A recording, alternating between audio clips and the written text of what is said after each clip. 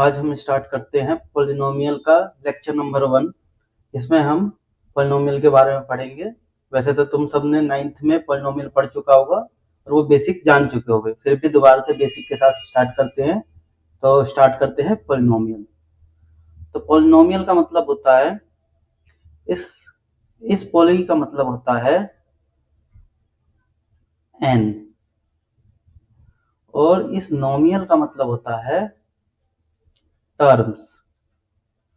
तो जहां पे n नंबर्स ऑफ टर्म्स का कॉम्बिनेशन आ जाए तो हम वहां पे क्या बात करते हैं, पॉलिनोमियल की। ठीक है, तो क्या बात करते हैं हम यहाँ पे, combination of n terms, combination of n terms. तो जिससे हम एक पॉलिनोमियल क्रिएट करते हैं। तो एक पॉलिनोमियल क्रिएट करने के लिए हमें क्या चाहिए, पॉलिनोमियल बनाने के लिए सबसे पहले हमें पॉलिनोमियल को किससे डिनोट करते हैं, तो हम डिनोट करते हैं कैपिटल P से, या किसी अदर वर्ड से भी हम यूज कर सकते हैं, जैसे P of x, F of x, T of x, किसी से भी हम कर सकते हैं, पर हम बेसिकली P ऑफ एक्स से करते हैं। ठीक है, जो x होता है ये वेरिएबल होता है, इसमें ये बताता है कि वेरिएबल कौन है, तो वेरिएबल इसमें x है। समझ गए। अब पॉलिनोमियल की एक जनरल इक्वेशन अगर लिखूं तो वो क्या आएगी, वो आएगा an xn प्लस a, एक जो है वैल्यू घटाते चले जाएंगे तो n-1 और x की पावर n-1, फिर एक और घटा दिया तो a n-2 और x की पावर n-2, फिर नेक्स्ट a n-3 और x की पावर n-3। इसी तरीके से एक एक घटाते घटाते लास्ट में मिल जाएगा हमें a 0 और x की पावर 0। ठीक है, अब जो ये तुम्हें दिख रहा है कि जो a है यहाँ पे सबको दिख रहा है, तो a जो है इसमें कोफिशिएंट्स है और हर बार जो है a के टर्म में ही लिख रहे हैं हम यहाँ पे। तो ये देखो, ये जो पूरा दिख रहा है यहां से लेके यहां तक, ये है एक टर्म t1, इसको हम बोलते हैं यहां से दूसरा टर्म, क्योंकि बीच में प्लस है तो जहां जहां प्लस होगा वहां से टर्म डिवाइड हो जाएगा, मतलब डिफरेंट हो जाएगा। तो यहां से लेके यहां तक एक टर्म, यहां से लेके यहां तक दूसरा टर्म, यहां से लेके यहां तक तीसरा टर्म। ठीक है, यहाँ पे क्या है, कॉम्बिनेशन ऑफ n टर्म्स।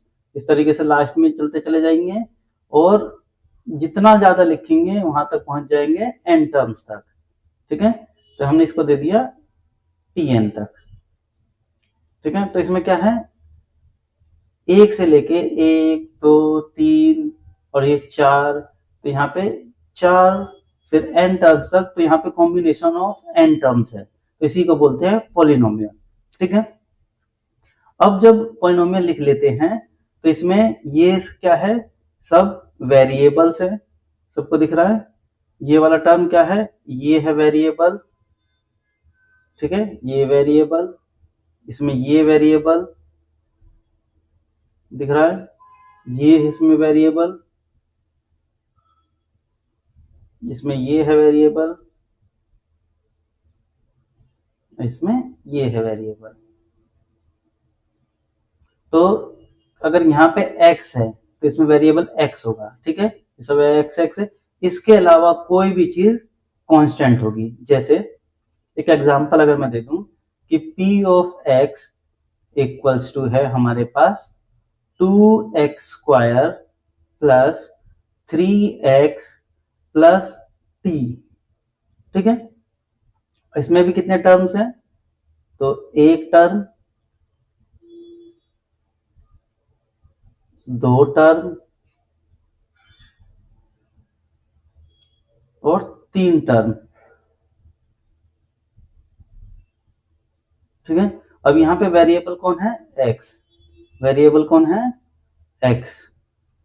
जब वेरिएबल x है हमारे पास तो x वाले ही टर्म जो होंगे वो वेरिएबल के फॉर्म में लिखे जाएंगे। जैसे कि ये जो है ये है वेरिएबल, ये है वेरिएबल और ये है कांस्टेंट। क्या है? कांस्टेंट। तो जब x जिसके साथ नहीं होगा वो सारे कांस्टेंट होंगे, ठीक है। x के अलावा सब कांस्टेंट, चाहे वो अल्फाबेट का कोई भी वर्ड हो, ठीक है। अगर x नहीं, यहाँ पे अगर वेरिएबल जो बता दिया गया है x, तो x नहीं तो सारे कांस्टेंट। अगर सेम इसी तरीके से एक इक्वेशन दी रहती कि मान के चलो कि अगर मैं एक और इक्वेशन लिख दूं कि p of t equals to ax square plus bx plus c, दिख रहा सबको। अब इसके अंदर t क्या है? वेरिएबल। t क्या है यहाँ पे? वेरिएबल। और पर यहाँ पे जो है, ये पूरा क्वेश्चन दिख रहा है तुम्हें, यहाँ पे t नहीं है पर टर्म है एक, तो ये पूरी टर्म t1 क्या है? कांस्टेंट। क्यों? क्योंकि इसमें t नहीं है। सेम ये वाला जो टर्म है ये भी क्या होगा? कांस्टेंट। और ये वाला टर्म भी क्या होगा? कांस्टेंट। तो सारे टर्म इसमें कांस्टेंट होंगे, ठीक है। मतलब हमें वेरिएबल कहां से पता चलेगा? यहां से, p of x, p of x, p of t, ठीक है। ये सब क्या बताते हैं कि पॉलिनोमियल किस टर्म में है, उसमें वेरिएबल कौन है। अगर इसके अलावा कोई और होता है तो वो सारे के सारे कांस्टेंट में इंक्लूड होंगे, ठीक है, वेरिएबल में इंक्लूड नहीं होंगे, ठीक है। अब इनमें से मैं एक टर्म उठा लेता हूं, जो दिख रहा है an x की पावर n, सबको दिख रहा है। तो अब इसमें से कोफिशिएंट्स कौन से हैं? पहले ये भी लिख लेते हैं, ये भी लिख लेते हैं, ये भी लिख लेते हैं, ठीक है। तो अगर चेक करें तो हम लिख रहे हैं कोफिशिएंट्स। तो कोफिशिएंट्स क्या होते हैं पॉलिनोमियल के, ठीक है। अगर मैंने ये लिखा था, ये टर्म t1 था हमारे पास कि an x n, ठीक है, यही था। तो ये x वेरिएबल है, ये वेरिएबल है। तो वेरिएबल के साइड में, ठीक है, पावर नहीं, ऊपर नहीं, वेरिएबल के साइड में जो भी हो, चाहे आगे हो या पीछे हो, ये सारे के सारे क्या होंगे? कोफिशिएंट। ये क्या होगा? कोफिशिएंट। ये क्या होगा? कोफिशिएंट, ठीक है। जैसे अब क्या कहते हैं, मैं एक और इक्वेशन ले लेता हूं, T2। T2 हमारा क्या था कि an माइनस टू एक्स की पावर n माइनस टू, ठीक है। तो इसमें ये वेरिएबल हो गया, और वेरिएबल के साथ में जो भी नंबर होंगे वो क्या हो जाएंगे? कोफिशिएंट। तो हमारा ये हो गया कोफिशिएंट। ये क्या हो गया? कोफिशिएंट। समझ गए? एक एग्जांपल मैं पहले अपनी तरफ से भी दे देता हूं। अगर मान लेते हैं कि एक टर्म है हमारे पास t3, मैं मान लेता हूं ये एक टर्म है t। अगर मैंने मान लिया वो है 2x स्क्वायर इंटू 3, तो इसमें जो कोफिशिएंट होगा वो क्या होगा? वो कोफिशिएंट होगा x। यहाँ पे ये वेरिएबल है, तो वेरिएबल के अलावा सारे क्या हो जाएंगे हमारे पास? कोफिशिएंट। तो ये हमारा है कोफिशिएंट और ये हमारा है कोफिशिएंट। तो इन दोनों को मिला के एक बन जाएगा वो, और ये मिला के क्या बन गए? ये है कोफिशिएंट, ठीक है। मतलब हमारा कोफिशिएंट कितना हो जाएगा? 2 इंटू 3, 6। एक अल्फाबेट के साथ भी कर लेते हैं। एक और टर्म माना मैंने t, और मैंने लिखा 2x स्क्वायर इंटू 5t, ठीक है। और हमें पहले से ही पता है कि जो टर्म हमारा है उसमें वेरिएबल कौन है?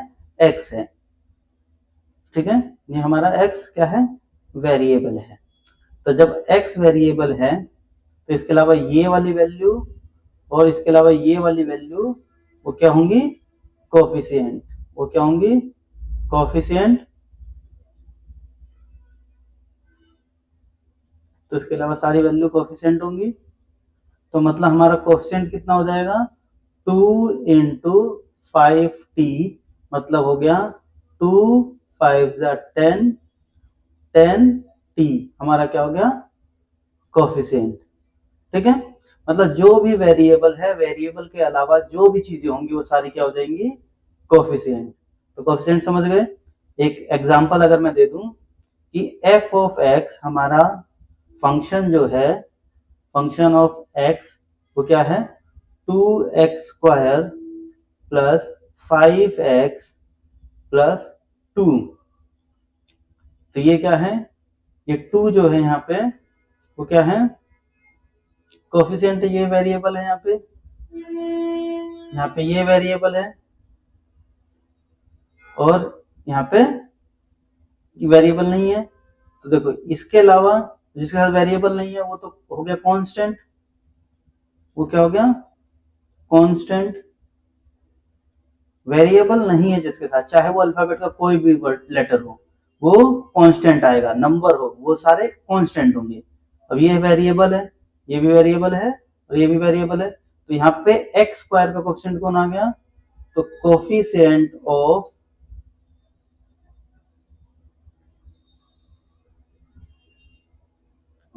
एक्स स्क्वायर वो कौन है 2, और सेम कोएफिशिएंट ऑफ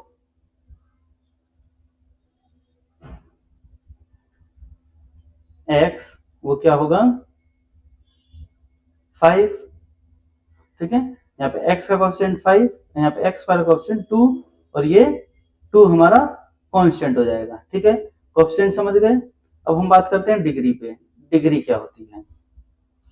तो पॉलिनोमियल की डिग्री कैसे फाइंड करते हैं, तो जैसे हमारे पास टर्म था t1 टर्म था, तो t1 टर्म के लिए क्या होना चाहिए, जैसे अगर मैंने माना कि ये था क्वेश्चन an xn, ठीक है, तो देखो ये वेरिएबल है, इसमें सबको दिख रहा है, ये है वेरिएबल।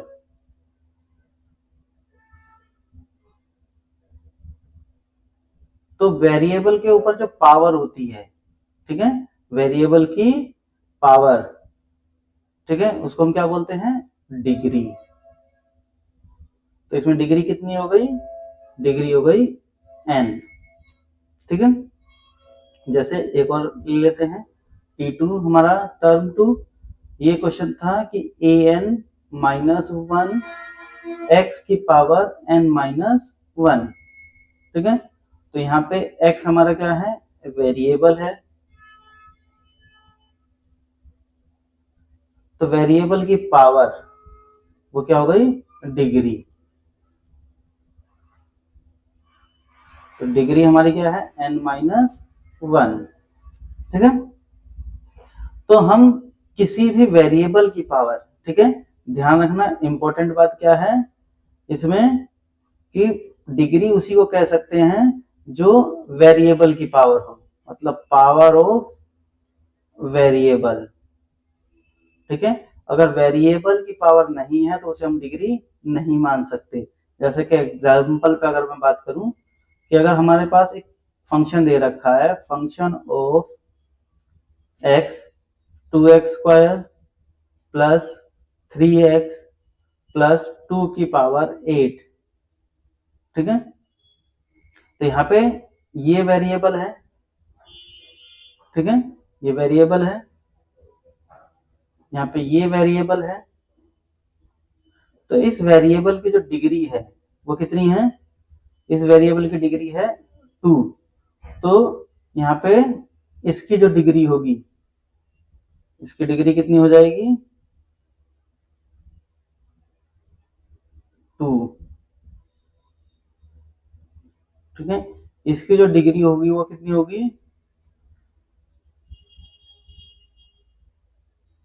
1। यहाँ पे ये पॉलिनोमियल की डिग्री नहीं होगी। ठीक है, ये जो 8 है ये डिग्री पॉलिनोमियल की नहीं होगी। ठीक है, तो यहाँ पे क्योंकि ये वेरिएबल का पावर नहीं है तो ये पॉलिनोमियल की डिग्री नहीं होगी, ये सिर्फ कांस्टेंट की डिग्री होगी। ठीक है, ये वैल्यू में आएगा इंक्लूड, ये पूरी की पूरी कहाँ पे इंक्लूड होगी वैल्यू में इंक्लूड होगी, ठीक है। ये डिग्री नहीं है पॉलिनोमियल की, not a degree of polynomial, ठीक है, नॉट अ डिग्री ऑफ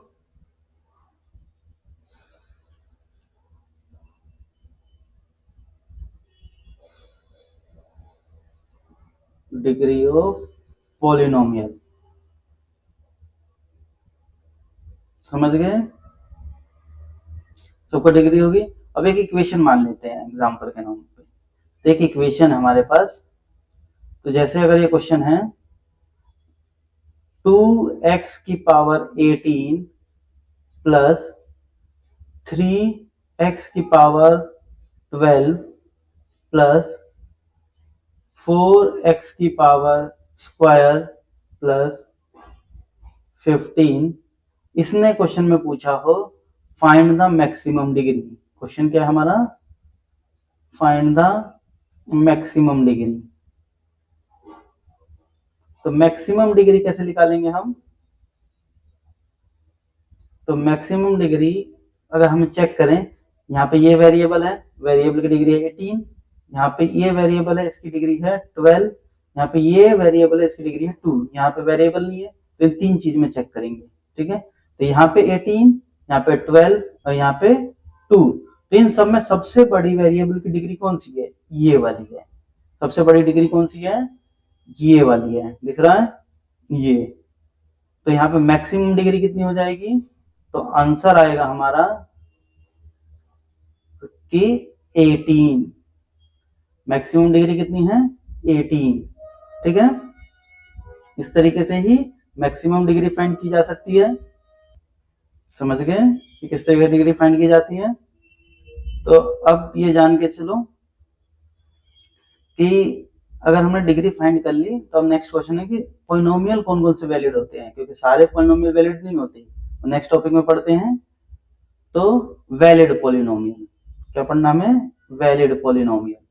तो वैलिड पॉलिनोमियल के लिए कंडीशंस क्या होनी चाहिए, पहली अगर कंडीशन अगर मैं बात करूं तो पहली कंडीशन होनी चाहिए कि जो डिग्री होती है वो कैसी होनी चाहिए, पॉजिटिव। डिग्री ऑलवेज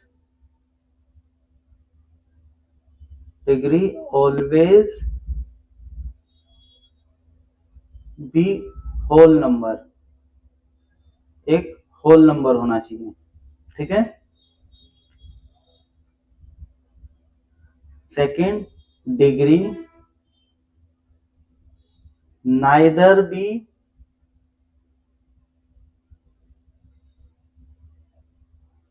नेगेटिव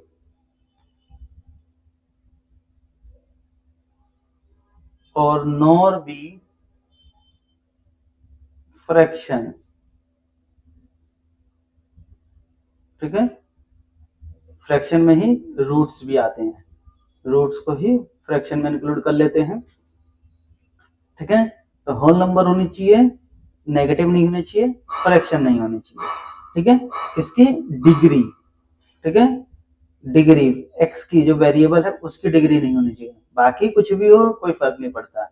जैसे एग्जांपल के तौर पे अगर हम चेक करें तो क्या होगा, जैसे अगर हमने एक इक्वेशन लिख लिया तो p ऑफ या फंक्शन ऑफ x वो क्या हमारे पास 2x square plus 1/2x plus 3।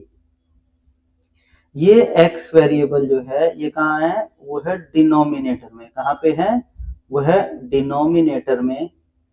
तो डिनोमिनेटर में होने की वजह से क्या होगा कि इसकी पावर अगर मैं ऊपर लेके चला जाऊं, उसको ऊपर लेके जाऊं तो इसकी पावर क्या हो जाएगी, x की पावर नेगेटिव। अगर मैं इसको दोबारा इक्वेशन लिखूं तो वो क्या मिलेगा, इक्वेशन फंक्शन ऑफ x, तो x स्क्वायर प्लस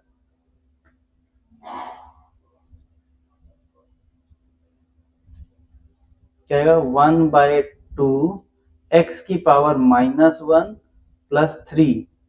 तो अब यहाँ पे अगर हम चेक करें तो यहाँ पे जो डिग्री है वेरिएबल की, ये वेरिएबल है, यहाँ पे वेरिएबल की डिग्री नेगेटिव है, यहाँ पे जो वेरिएबल की डिग्री है वो पॉजिटिव है, यहाँ पे क्या है पॉजिटिव है और यहाँ पे क्या है नेगेटिव है।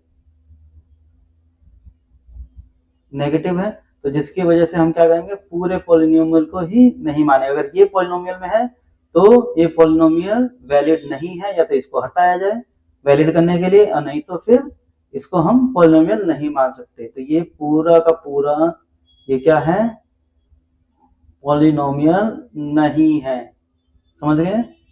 उसी तरीके से एक और इक्वेशन से लिख लेते हैं कि अगर एक दूसरा इक्वेशन, ये पहला था, दूसरा एक और लिख लेते हैं।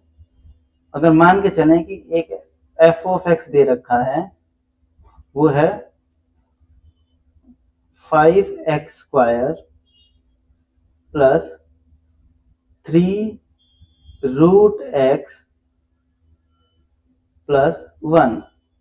ठीक है, अब यहाँ पे देखेंगे तो इसने वेरिएबल के ऊपर क्या चढ़ा दिया, रूट। वेरिएबल के ऊपर क्या चढ़ा दिया, रूट चढ़ा दिया। ठीक है, अब इसको मैं एक फंक्शन के फॉर्म में लिखूं, अगर सिंपल फॉर्म में भी लिखूं तो रूट को क्या लिख सकते हैं, तो F of X equals to क्या लिख सकते हैं, 5x स्क्वायर प्लस 3, और इसको लिख सकते हैं x की पावर 1/2 प्लस 1। अगर मैं यहाँ पे चेक करूं तो यहाँ पे वेरिएबल की डिग्री जो है वो क्या है, 2 है। यहाँ पे जो वेरिएबल की डिग्री क्या है, वो 1/2 है। तो ये तो एक होल नंबर है, ये क्या है, एक होल नंबर है, इसकी वजह से तो सही है, पर ये क्या है, एक फ्रैक्शन है। ठीक है, अब इस फ्रैक्शंस की वजह से ये एक वैलिड पॉलिनोमियल नहीं कहलाएगा। या तो इस पूरे टर्म को हटाना पड़ेगा, इस टर्म को हटाना पड़ेगा, और नहीं तो हम क्या करेंगे, अगर ये टर्म इसके अंदर इंक्लूड है तो ये पॉलिनोमियल तो नहीं है, तो फ्रैक्शन नहीं होना चाहिए। ठीक है, नेगेटिव का एग्जांपल हो गया, फ्रैक्शन का एग्जांपल हो गया। ठीक है, दोनों का एग्जांपल हो गया। रूट में नहीं होना चाहिए, रूट में मतलब यहाँ पे लिखा है रूट्स मतलब फ्रैक्शन ही होते हैं, और यहाँ पे नेगेटिव मतलब वो अगर 1/, में करके लिखा हो तो नहीं होना चाहिए। बाकी अगर ये थर्ड एग्जांपल है कि अगर इक्वेशन में वेरिएबल के अलावा कुछ भी हो, जैसे ये है 1/2x स्क्वायर -5 या -3 प्लस √18। ठीक है, तो यहाँ पे अगर मैं चेक करूं तो देखो, तो ये है वेरिएबल, तो वेरिएबल के अलावा ये है कोफिशिएंट। कोफिशिएंट कैसा भी हो कोई फर्क नहीं पड़ता, ये है कोफिशिएंट, कोई फर्क नहीं पड़ता। ठीक है, चाहे फ्रैक्शंस में हो, ये फ्रैक्शंस में है, कोई फर्क नहीं पड़ता। ये वेरिएबल है, यहाँ पे वेरिएबल के आगे ये जो कोफिशिएंट है वो कैसा है, ये है नेगेटिव कोफिशिएंट, नेगेटिव है और कोफिशिएंट है तो भी कोई फर्क नहीं पड़ता। क्यों? क्योंकि वेरिएबल पे कुछ नहीं है। फिर यहाँ पे ये तो पूरा का पूरा कांस्टेंट है, और कांस्टेंट पे कुछ भी हो हमें कोई फर्क नहीं पड़ता। तो ये कैसा भी हो, ये क्या होगा, ये पूरा का पूरा जो है हमारा, ये पूरा का पूरा एक वैलिड पॉलिनोमियल है। क्या है? एक वैलिड पॉलिनोमियल। ठीक है, इसके क्वेश्चंस ट्राई करना, कोई डाउट हो तो कमेंट में पूछ सकते हो। तो ये है वैलिड पॉलिनोमियल, ये एक वैलिड पॉलिनोमियल नहीं है, ये एक वैलिड पॉलिनोमियल नहीं है। समझ गए? इसी तरीके से और क्वेश्चंस पे भी ट्राई करते हैं। और वैलिड पॉलिनोमियल के बाद आते हैं थोड़ा, अब हमने क्या कहते हैं वैलिड पॉलिनोमियल पढ़ लिया, अब पढ़ते हैं नेक्स्ट कांस्टेंट पॉलिनोमियल। तो कांस्टेंट पॉलिनोमियल क्या होता है कि अगर हमने टर्म्स दिए थे और टर्म्स के अंदर कोई वेरिएबल ही नहीं है, जैसे अगर ये टर्म है, ठीक है, या टर्म में ये t1 तो हमने वो मान रखा था, अगर कोई भी टर्म है, अगर मान लेते हैं ये टर्म है हमारे पास और टर्म में दे दिया है 2, ठीक है, या एक फंक्शन भी लिख लेता हूं, फंक्शन है हमारे पास 5x² प्लस 3x प्लस 2। तो जिसके साथ वेरिएबल, इसके ये वेरिएबल है, इसके साथ ये वेरिएबल है, और इस टर्म के साथ t2 टर्म के साथ t3 टर्म के साथ कोई वेरिएबल है नहीं है, इसमें नो वेरिएबल, एक भी वेरिएबल नहीं है, दिख रहा सबको। तो ये वाला जो टर्म हो जाएगा वो क्या हो जाएगा, ये वाला टर्म ये हो जाएगा कांस्टेंट। ठीक है, अगर पूरे पॉलिनोमियल में सिर्फ यही रहा तो वो क्या हो जाएगा, कांस्टेंट पॉलिनोमियल। ठीक है, जैसे एग्जांपल के तौर पे अगर मैं चेक करूं तो function of x equals to, अगर उसने दे दिया 5, तो ये क्या है, क्योंकि इसमें एक कांस्टेंट है, एक कांस्टेंट नंबर है, वेरिएबल x है, x वेरिएबल है ही नहीं, तो ये क्या हो जाएगा, कांस्टेंट पॉलिनोमियल। ये क्या हो जाएगा, कांस्टेंट पॉलिनोमियल। क्यों, क्योंकि यहाँ पे कोई भी वेरिएबल नहीं है। ठीक है, अगर ऐसे भी मिल सकता है कि function of x equals to 2x की पावर 0, तो ये भी क्या होगा, कांस्टेंट पॉलिनोमियल। ये भी क्या होगा, कांस्टेंट पॉलिनोमियल। कांस्टेंट पॉलिनोमियल क्यों होगा ये, क्योंकि x की पावर 0, क्योंकि x की पावर 0 की वैल्यू होती है 1, तो मतलब अगर मैं 2 और x की पावर 0 की वैल्यू 1 रख दूं तो क्या आ जाएगा, वापस से 2 आ जाएगा, और 2 एक कांस्टेंट नंबर होता है। अगर मान लेते एक और फंक्शन लिखा मैंने, ये x वेरिएबल है, अगर यहाँ पे आ गया 5t, ठीक है, तो ये 5t क्या हो गया, पूरा का पूरा कांस्टेंट, ये कांस्टेंट हो गया, तो ये पूरा का पूरा कांस्टेंट पॉलिनोमियल होगा। समझिए कांस्टेंट पॉलिनोमियल क्या होता है, मतलब एक भी वेरिएबल नहीं दिखेगा तुम्हें तो उसे हम मानते हैं कांस्टेंट पॉलिनोमियल। ठीक है, समझ गए। अब नेक्स्ट टॉपिक पे चलते हैं। कांस्टेंट पॉलिनोमियल के बाद आ जाता है लीनियर पॉलिनोमियल्स। ठीक है, लीनियर पॉलिनोमियल। अब ये लीनियर पॉलिनोमियल क्या होता है वो जान लो कि लीनियर पॉलिनोमियल एक्चुअल में होता क्या है। तो देखो, अगर मैंने माना कि किसी भी पॉलिनोमियल में मैक्सिमम डिग्री, अगर किसी भी पॉलिनोमियल में मैक्सिमम डिग्री, ये सॉरी दिख नहीं रहा, इससे थोड़ा सा कम विजिबिलिटी है, ये बचता है,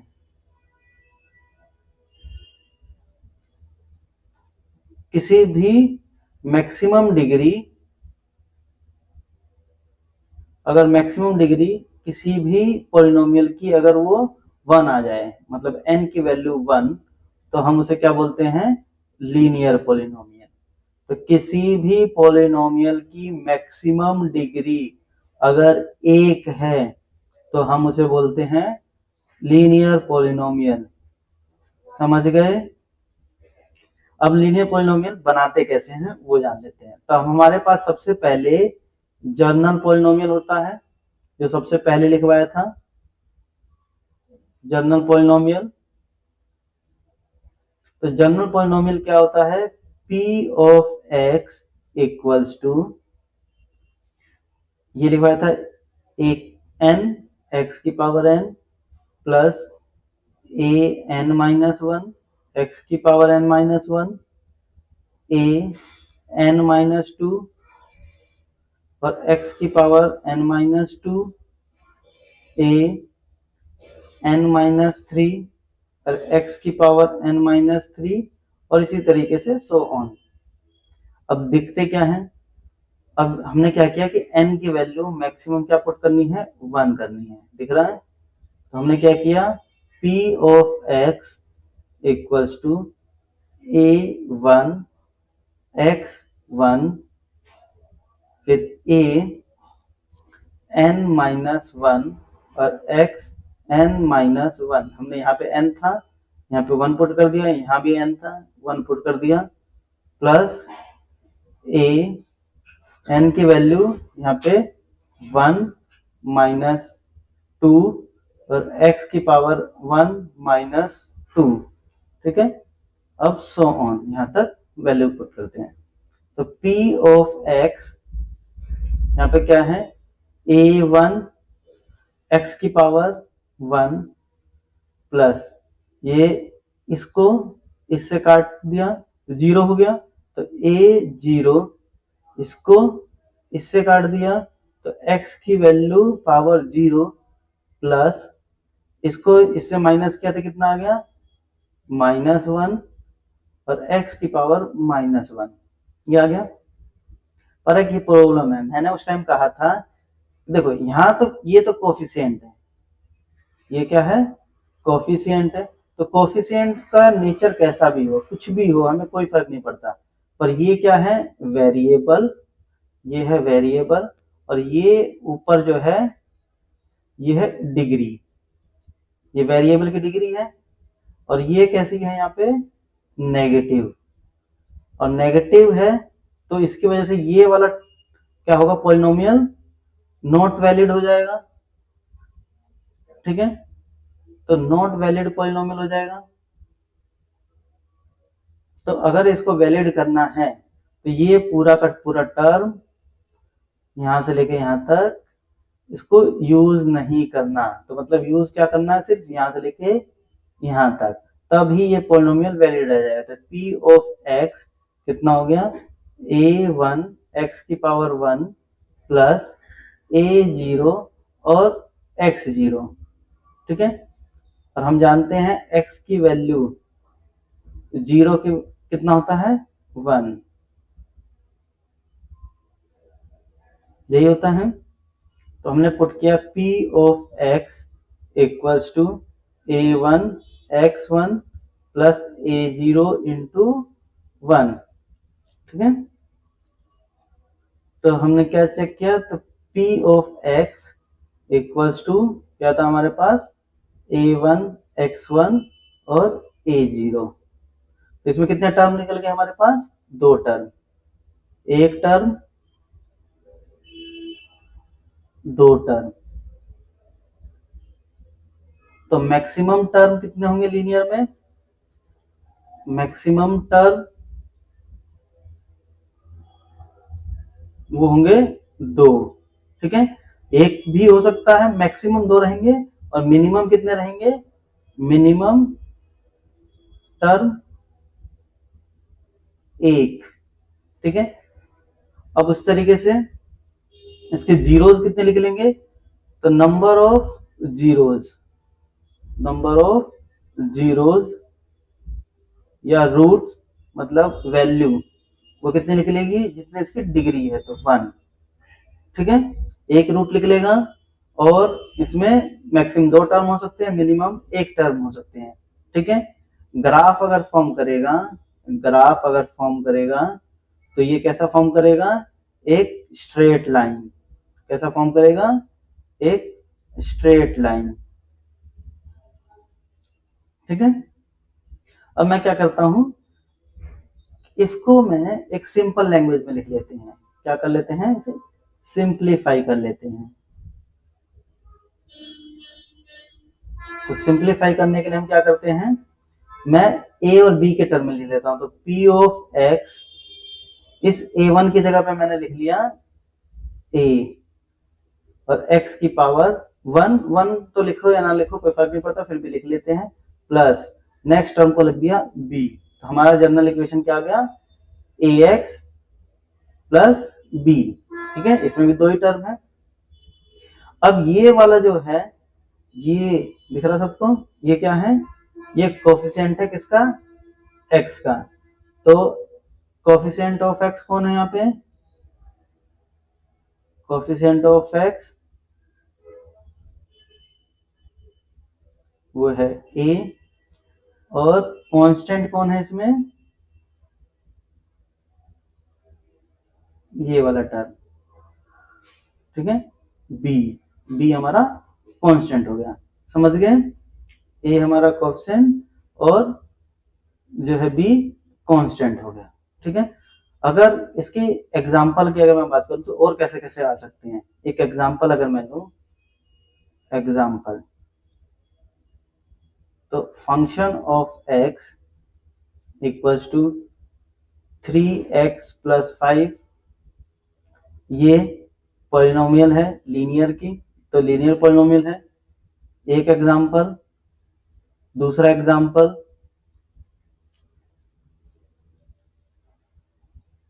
5x एक वेरिएबल है, ये लीनियर का पॉलिनोमियल है, तो लीनियर पॉलिनोमियल है, ठीक है। इसके बाद थर्ड, एक अगर एग्जांपल दिया मैंने ऐसे करके जिसमें सिर्फ एक ही है, ठीक है, 3 इक्वल्स टू 3, तो ये लीनियर पॉलिनोमियल नहीं है, नो लीनियर पॉलिनोमियल, ठीक है। लीनियर पॉलिनोमियल के लिए मैक्सिमम डिग्री 1 होना जरूरी है, टर्म चाहे एक ही हो, ठीक है, टर्म एक ही हो, 2 हो कोई फर्क नहीं पड़ता, 3 भी आ जाए, ठीक है। इसी को एक बार और रिपीट करके लिख दे, जैसे एग्जांपल में एक ऐसे लिख सकता है 3x + 2 + 3, तो ये भी 2 ही टर्म होंगे वैसे तो कैलकुलेट करके अगर सिंप्लीफाई करें, तो अगर 3 भी मान लें, ठीक है, 3 नहीं भी है फिर भी मान लें, तो भी क्या होंगे, मैक्सिमम डिग्री 1 आएगी, ठीक है। अगर इसकी डिग्री 1 आ जाए, ठीक है, एक और एग्जांपल लिख लेते हैं, जैसे function of x equals to 3x + 5 की पावर 2, ठीक है, तब भी ये क्या हो जाएगा, लीनियर। क्यों, क्योंकि इसकी डिग्री वेरिएबल की 1 है, इसकी डिग्री कुछ भी हो, ठीक है, इसकी डिग्री 2 हो कोई फर्क नहीं पड़ता, और इसकी डिग्री 1 होनी चाहिए, तो क्या हो गया, लीनियर पॉलिनोमियल, ठीक है, समझ गए। अब मैं ग्राफ पे अगर मैं बात करूं तो इसका अगर ग्राफ होगा तो कैसा होगा कि एक्स एक्सिस को एक बार कट करेगा, ये हमारा एक्स एक्सिस हो गया, ये वाई एक्सिस हो गया, ठीक है, सॉरी ये वाई डैश, ये एक्स डैश, ठीक है, ये एक्स, तो ये लाइन की इक्वेशन है, तो लाइन जो हमारी एक बार एक्स एक्सिस को कट करेगी, ये हमारी क्या है, लीनियर। अगर मैं मान लूं इसे, तो ये क्या है, ये है ax + b की इक्वेशन, ठीक है, तो ये x एक्सिस को यहाँ पे एक बारी कट करेगी, ओनली 1 टाइम्स, ओनली 1 टाइम, समझ गए। अब इसी तरीके से आगे चलते हैं, ये आगे क्या कहता है। अब लीनियर तो हो चुका, लीनियर समझ आया नहीं आया, इसे प्रैक्टिस करो और ज्यादा समझ आएगा, ठीक है, पर बिना प्रैक्टिस के ये क्वेश्चंस बिल्कुल समझ नहीं आएंगे, ठीक है, तो प्रैक्टिस करना जरूरी है। अब चलते हैं क्वाड्रेटिक पे, तो क्वाड्रेटिक पॉलिनोमियल क्या कहता है वो जान लेते हैं। देखो क्वाड्रेटिक पॉलिनोमियल कहता है कि मैक्सिमम डिग्री कितनी होनी चाहिए, 2 होनी चाहिए, मैक्सिमम डिग्री कितनी होनी चाहिए, मैक्सिमम डिग्री 2 होनी चाहिए, तब जाके क्या होनी चाहिए, सॉरी 2 होनी चाहिए, मैक्सिमम डिग्री 2, तब जाके वो बन जाएगा क्वाड्रेटिक पॉलिनोमियल, ठीक है।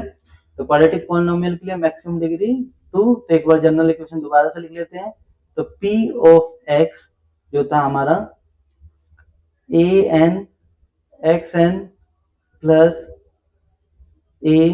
an-1 x की power n-1 plus an-2 x की पावर n-2, और इसी तरीके से an-3 x की पावर n-3, और इसी तरीके से सो ऑन। अब p ऑफ x, हमने n की वैल्यू 2 पुट कर दिया, जहां जहां n दिखेगा, तो यहाँ पे पहला n है, तो a2 x2 plus a2 - 1 x2 - 1 plus a2 - 2 और x2 - 2, a2 - 3 और x2 - 3। सिंप्लीफाई कर लेते हैं इसको, तो a2 x की पावर 2, ये 2 और 1 कट के हो जाएगा 1 पॉजिटिव का, और यहाँ पे भी 1, प्लस ये दोनों कट गए 0, a0 और x0 यहाँ पे माइनस कर दिया हमने, तो a की वैल्यू -1, a x की भी पावर -1। अब मैंने उस टाइम पे ही बताया था, किसी की भी डिग्री, यहाँ पे वेरिएबल की डिग्री क्या हो जाए, अगर नेगेटिव आ जाए, क्या आ जाए, नेगेटिव आ जाए, तो उस टर्म को या तो हटा दो, ठीक है, नहीं तो वो वैलिड पॉलिनोमियल नहीं होगा। ठीक है, हमें क्या करना पड़ेगा, इसे रिमूव करना पड़ेगा, नहीं तो वैलिड पॉलिनोमियल नहीं होगा। इतना ही यूज करना होगा, ठीक है, इतना ही क्या करना होगा, यूज करना होगा, तभी एक वैलिड पॉलिनोमियल होगा। तो हमने इतना ही यूज किया, तो p of x equals to a2x² plus a1x power 1 है तो कोई दिक्कत नहीं, ax स्क्वायर के पावर 2, और हमें पता है इसकी वैल्यू क्या होती है, 1, इसकी वैल्यू है 1। तो यहाँ पे हमने रख दिया p of x equals to a2x² plus a1x plus a01। तो p ऑफ x हमारा आ गया a2x² plus a1x plus a0। ये हमारा पॉलिनोमियल बन गया, जिसमें से ये हो गया हमारा फर्स्ट टर्म, ये हो गया सेकंड टर्म, ये हो गया थर्ड टर्म। ठीक है, 3 टर्म हो गए। अब इन तीनों टर्म को हमने सिंप्लीफाई कर दूं, ठीक है, तो सिंप्लीफाई करेंगे तो हम क्या लिख सकते हैं, तो सिंप्लीफाई कर लेते हैं।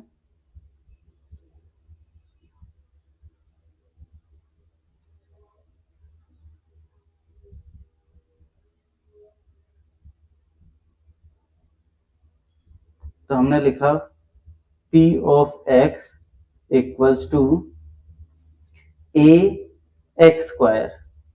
यहाँ पे क्या था, a2 को मैंने लिख दिया a, इसको लिख दिया x²। ठीक है, इसको a1 को मैं लिख दूंगा b, इसको क्या लिख दूंगा b, bx। फिर यहाँ पे था a0, इसको मैंने लिख दिया c, इसको क्या लिख दिया c।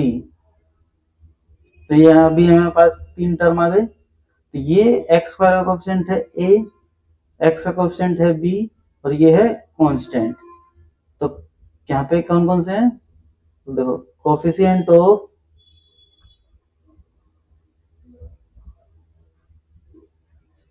x², वो है a,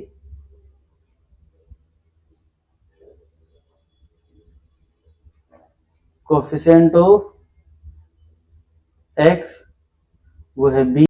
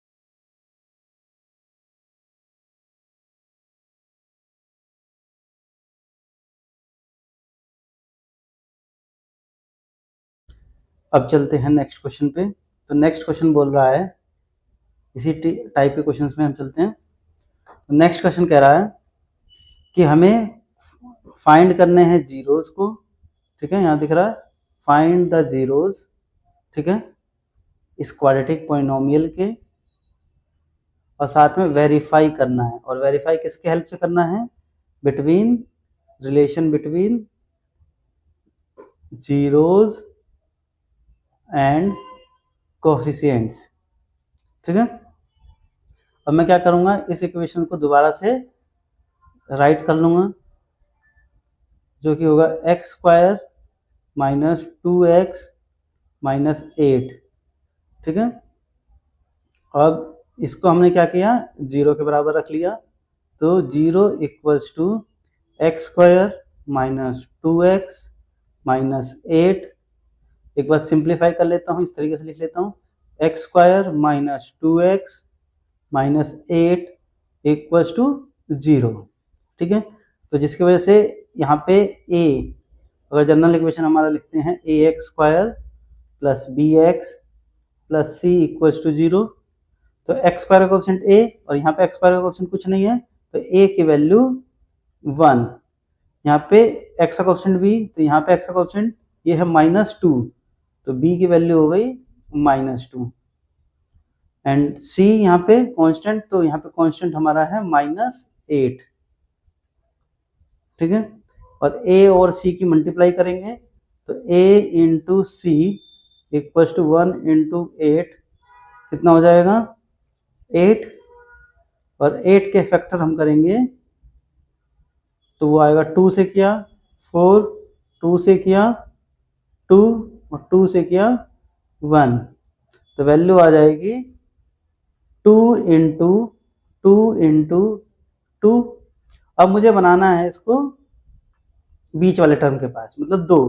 तो मैं क्या कर सकता हूँ, इन दोनों को एक साथ रखा मैंने, तो ये दोनों मिलके हो गए 4, और ये इसका माइनस में कितना हो जाएगा 4 माइनस 2 2, ठीक है। तो हमें मिल गया इक्वेशन एक्स स्क्वायर माइनस 2 को लिख सकते हैं 4 minus 2 x minus 8 equals to 0। एक बार इसकी मल्टीप्लाई इसके साथ करेंगे और इसकी मल्टीप्लाई इसके साथ करेंगे और लिखेंगे, तो लिख रहे हैं एक्स स्क्वायर माइनस, यहाँ पे यहाँ तक एज इट इज लिखेंगे, ठीक है। तो x square minus as it is लिखा, bracket 4x minus 2x minus 8 equals to 0, ठीक है। अब माइनस को ओपन करेंगे यहाँ पे और फिर माइनस को ओपन करेंगे यहाँ पे, तो x square minus 4x plus 2x minus 8 equals to 0। अब पेयर बना लेते हैं, एक ये, ठीक है। तो यहाँ पे कॉमन क्या आ रहा है, कॉमन लेने का तरीका मैंने बताया था, x square upon minus 4x, x square को लिख सकता हूँ x इंटू एक्स, और 4x को लिख सकता हूँ माइनस 2 इंटू 2 इंटू एक्स। तो x गया, जो कट गया वो कॉमन, तो x कट गया कॉमन, बच क्या गया, ऊपर बचा है x, दिख रहा है, यहाँ पे x बच गया माइनस, यहाँ पे क्या बच गया -4, यहाँ पे कॉमन, तो 2x अपॉन -8 को कॉमन ले लेते हैं, तो 2 इंटू एक्स, और 8 को ले सकता हूँ -2 इंटू 2 इंटू 2, एक 2 से एक 2 गया, तो कॉमन आ गया 2, बच क्या गया x माइनस नीचे क्या बच गया 4 इक्वल्स टू 0। अब सबको दिख रहा है यहाँ पे और यहाँ पे वैल्यू क्या है, सेम है, ठीक है। तो आगे हम प्रोसीड कर सकते हैं। तो हमने लिख लिया x माइनस 4 एक ब्रैकेट में, और दूसरा क्या लिख दिया हमने x और प्लस 2, लिख लिया x प्लस 2 इक्वल्स टू 0। एक बार 0 इसके बराबर, एक बार 0 इसके बराबर, तो x माइनस 4 इक्वल्स टू 0 और x प्लस 2 इक्वल्स टू 0। पहले से सोल्व करते हैं। ये दो फैक्टर टर्म है, एक टर्म को इधर लेके जाता हूँ 4 को, तो ये दो टर्म जो है जुड़े हैं माइनस से, तो उधर जाएगा तो प्लस। तो x की वैल्यू क्या आ गई, x की वैल्यू आ गई 4। फिर हमने क्या किया, ये दो टर्म जुड़े हुए हैं, बीच में प्लस का साइन है, एक दो टर्म इधर ये इसको भेजेंगे तो ये कैसे जाएगा, माइनस में। तो यहाँ पे x की वैल्यू क्या आ गई, -2। अब हम क्या करेंगे, इसका नाम दे देते हैं, इसको दे देते हैं अल्फा। मर्जी है, तुम किसी को भी दे सकते हो, इसको दे देते हैं बीटा। ठीक है, तो अल्फा की वैल्यू हमारे पास आ गई है 4 एंड बीटा की वैल्यू आ गई है -2। ठीक है, और वहां से ए बी सी की वैल्यू भी लिख लेते हैं दोबारा से। तो ए की वैल्यू है हमारे पास 1, बी की वैल्यू -2, ए की वैल्यू है 1, बी की वैल्यू है -2 एंड सी की वैल्यू है 8। यहाँ पे लिखा भूल गया शायद, -8। तो सी की वैल्यू हो गई -8। तो पहला वेरीफाई, पहले वेरीफाई लिख लेते हैं। तो पहले हम क्या करेंगे, वेरीफाई। तो वेरीफाई करने के लिए पहला रूल सम ऑफ जीरो का। तो सम ऑफ जीरो क्या कहता है कि alpha plus beta equals to -b upon a. Alpha की वैल्यू यहाँ पे 4 है, प्लस बीटा की वैल्यू -2 इक्वल्स टू माइनस फॉर्मूले का, b की वैल्यू है -2 और a की वैल्यू है 1। ठीक है, नेक्स्ट पेज पे चलते हैं। तो यहाँ पे देखो कि 4 - 2, 4 लिख सकते हैं 4 - 2 equals to minus minus plus, तो 2 अपॉन 1। तो 4 - 2 2 इक्वल्स टू 2। तो LHS इक्वल्स टू RHS। अब दूसरा प्रोडक्ट ऑफ जीरो। तो प्रोडक्ट ऑफ जीरो क्या करता है, alpha into beta equals to c upon a. Alpha की वैल्यू 4 और बीटा की वैल्यू -2। तो अल्फा की वैल्यू है 4 इंटू बीटा की वैल्यू -2 और सी की वैल्यू है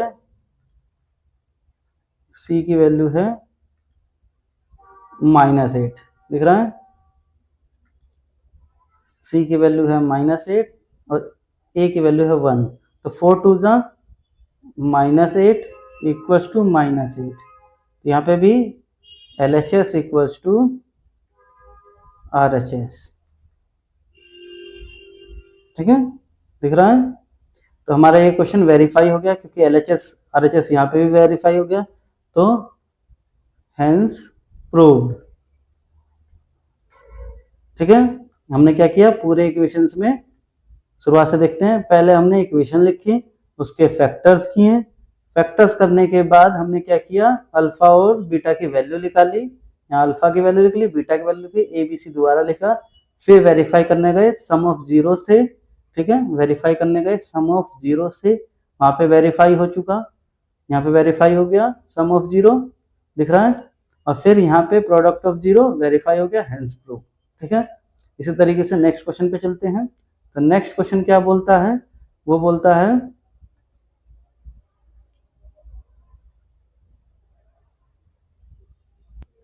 तो नेक्स्ट क्वेश्चन कह रहा है कि fx इक्वल्स टू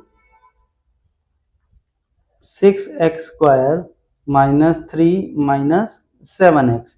अब ये पहले पैटर्न में नहीं है, पैटर्न में कर लेते हैं। तो fx इक्वल्स टू, इसको यहाँ लिखते हैं, इसको यहाँ लिखते हैं।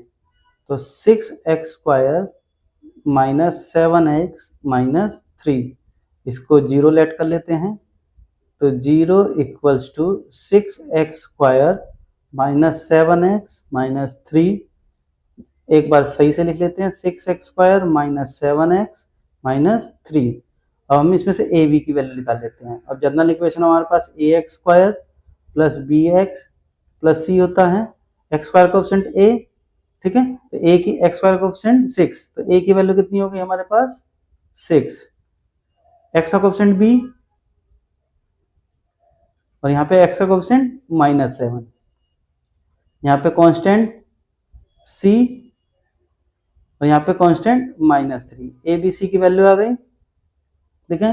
अब पहले क्या करेंगे, a इंटू सी की मल्टीप्लाई, तो है 6 इंटू 3 इक्वल्स टू 18 और 18 क्या करेंगे हम फैक्टर्स, तो 2 से किया 9, 3 से किया 3, 3 से किया 1, तो क्या आ गया 2 इंटू, यहाँ पे लिख लेते, चलो यहीं लिख लेता हूँ, 2 इंटू 3 इंटू 3 और हमारा बनाना है 7, तो इन दोनों को मैं यूज कर लूँ, ये दोनों अगर यूज कर लूँ तो ये क्या बन जाएगा 9 और इसको माइनस में लिख दो तो क्या आ गया 7, तो ये हमारा 7 की जगह लिख सकते हैं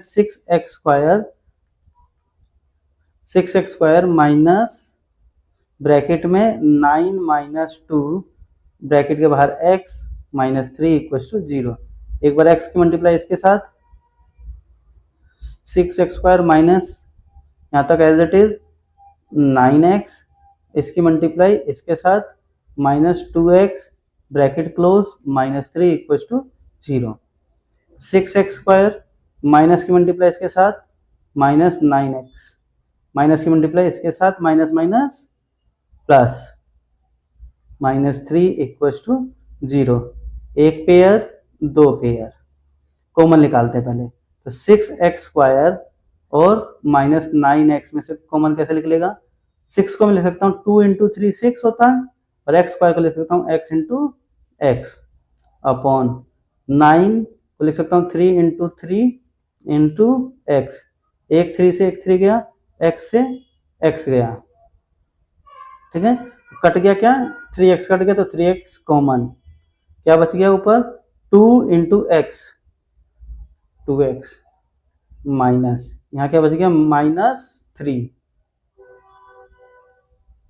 प्लस, इन दोनों में क्या कॉमन बचा, तो 2x माइनस 3, इस वाले में हम चेक कर रहे हैं, तो इस वाले में 2 इंटू एक्स और -3 कुछ नहीं कट रहा तो हम 1 लेके चलेंगे कॉमन, क्या लेंगे 1, तो हो गया 2x same as it is बच गया, तो एक अब यहाँ पे हमने चेक कर सकते हैं ये है 2x माइनस 3 2x माइनस 3 मतलब सेम है, तो हम क्या कर लें यहाँ पे एज इट इज लिख लें, तो 2x माइनस 3 एक ब्रैकेट में और इन दोनों को मिला के एक ब्रैकेट में, तो 3x प्लस 1 इक्वल्स टू 0, ठीक है, एक बार 0 इसके बराबर, एक बार 0 इसके बराबर, ठीक है। तो नेक्स्ट पेज पे करते हैं, तो 2x माइनस 3, तो 2x माइनस 3 इक्वल्स टू 0 और दूसरा हमारे पास 3x प्लस 1, तो 3x प्लस 1 इक्वल्स टू 0, तो देखो ये एक टर्म दूसरा टर्म, तो यहाँ से इन दोनों को अलग करने के लिए क्या करना, माइनस है तो उधर भेजेंगे तो ये प्लस में जाएगा, तो 2x इक्वल्स टू 3, इन दोनों में इसमें और इसमें कहाँ से रिलेशन है प्रोडक्ट का, तो इसको मैं इससे अलग करूंगा तो ये इधर डिवाइड में जाएगा, तो x की वैल्यू 3 और ये नीचे डिवाइड में गया 2, तो यहाँ पे हमारे पास वैल्यू जो आ गई वो आ गई 3/2, एक x की वैल्यू, दूसरे x की वैल्यू निकाल लेते हैं, ये भी एक टर्म ये एक टर्म, दोनों को अलग करते हैं, बीच में प्लस है तो उधर जाएगा तो -3x इक्वल्स टू -1, ये सेम इसमें और इसमें क्या है प्रोडक्ट का रिलेशन, इसको इससे अलग करूंगा तो इसको इधर अलग करके इधर भेजूंगा तो इधर प्रोडक्ट है तो इधर जाएगा तो डिवाइड में, ठीक है, तो एक वैल्यू और आ गई हमारे पास, इसको नाम दे दिया मैंने अल्फा और इसको नाम दे दिया बीटा, ठीक है, तो अल्फा की वैल्यू है हमारे पास 3/2 कोमा बीटा की वैल्यू है हमारे पास -1/3। यहाँ पे ए बी सी की लिख लेते थे। ए की वैल्यू है हमारे पास 6 और बी की 7 -7। ए की वैल्यू 6 कोमा बी की वैल्यू -7 एंड सी की वैल्यू -3।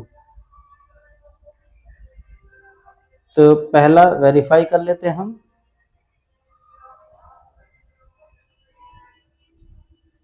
तो वेरीफाई के लिए पहला सम ऑफ जीरो, तो मतलब alpha plus beta minus b upon a. तो अल्फा की वैल्यू 3/2, बीटा की value -1/3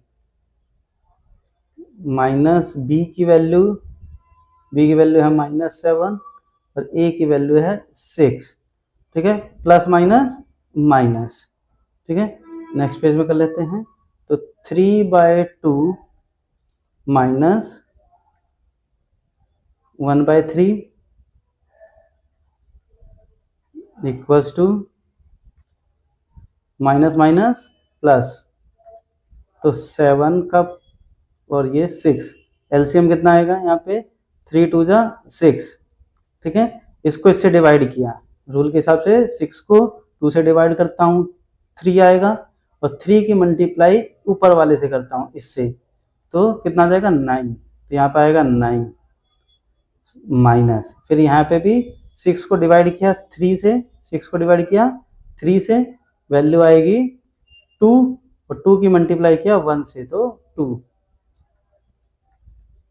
7/6 as it is, 9 - 2 7/6 equals to 7/6। LHS equals to RHS। ठीक है, यहाँ पे कंप्लीट हो गया।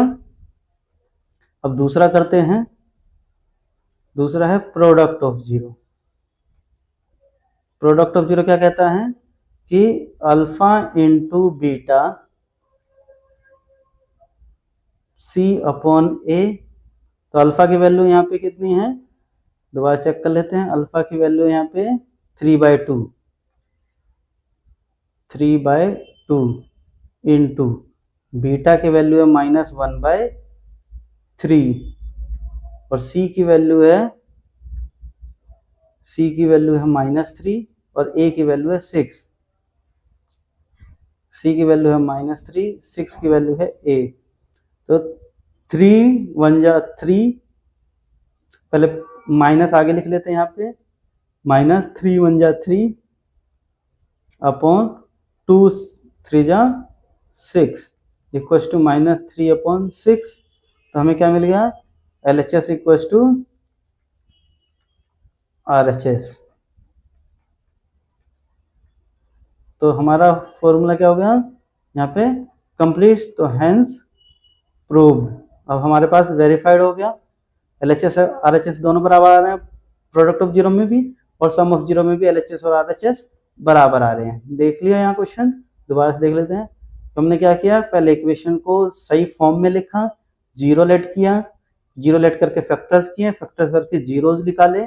जीरोज निकालने के बाद हमने क्या किया, एक जगह पे अल्फा बीटा ABC रखा, वेरीफाई किया सम ऑफ जीरो से, सम ऑफ जीरो से वेरीफाई हो गया यहाँ पे। ठीक है, यहाँ पे वेरीफाई हो गया, और फिर हमने दूसरा वेरीफाई किया प्रोडक्ट ऑफ जीरो से, जो कि यहाँ वेरीफाई हो गया।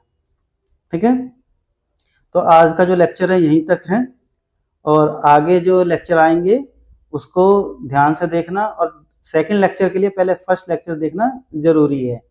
ठीक है, और इस आने वाले जो लेक्चर है हमारे वो सेम चैनल पे ही आएंगे। तो वो चैनल जो है हमारा वो कौन सा है, वो चैनल है ये ब्रेन कोर। हमारा जो चैनल है, यहाँ पे जाना है तुम्हें, ब्रेन कोर यूट्यूब पे जाके यूट्यूब पे सर्च करना है ब्रेन कोर एकेडमिक। जैसे ही ब्रेन कोर एकेडमिक सर्च करोगे वो ऊपर ही शो कर जाएगा ब्रेन कोर एकेडमिक, उसमें जाना है। वहाँ पे जाके हमारा जो भी चैनल आएगा, ठीक है, उस चैनल पे लेक्चर दिख जाएगा शुरुआत में। अपडेट अभी नया होगा, नया लेक्चर होगा तो ऊपर दिखा देगा, नहीं तो सर्च कर लेना। ठीक है, इसी तरीके से नेक्स्ट आएगा। अगर जो बच्चे जेई नीट्स के लिए देखना चाहते हैं तो वो जाएंगे ब्रेन कोर जेई तो यहाँ पे क्या होगा, ब्रेन कोर जीनियस, हमें ब्रेन कोर जीनियस में जाना पड़ेगा, और एकेडमिक के लिए हमें जाना पड़ेगा ब्रेन कोर एकेडमिक में। ठीक है, ध्यान से सेकंड लेक्चर का इंतजार करो, और सेकंड लेक्चर देखने से पहले फर्स्ट लेक्चर कंप्लीट कर लेना।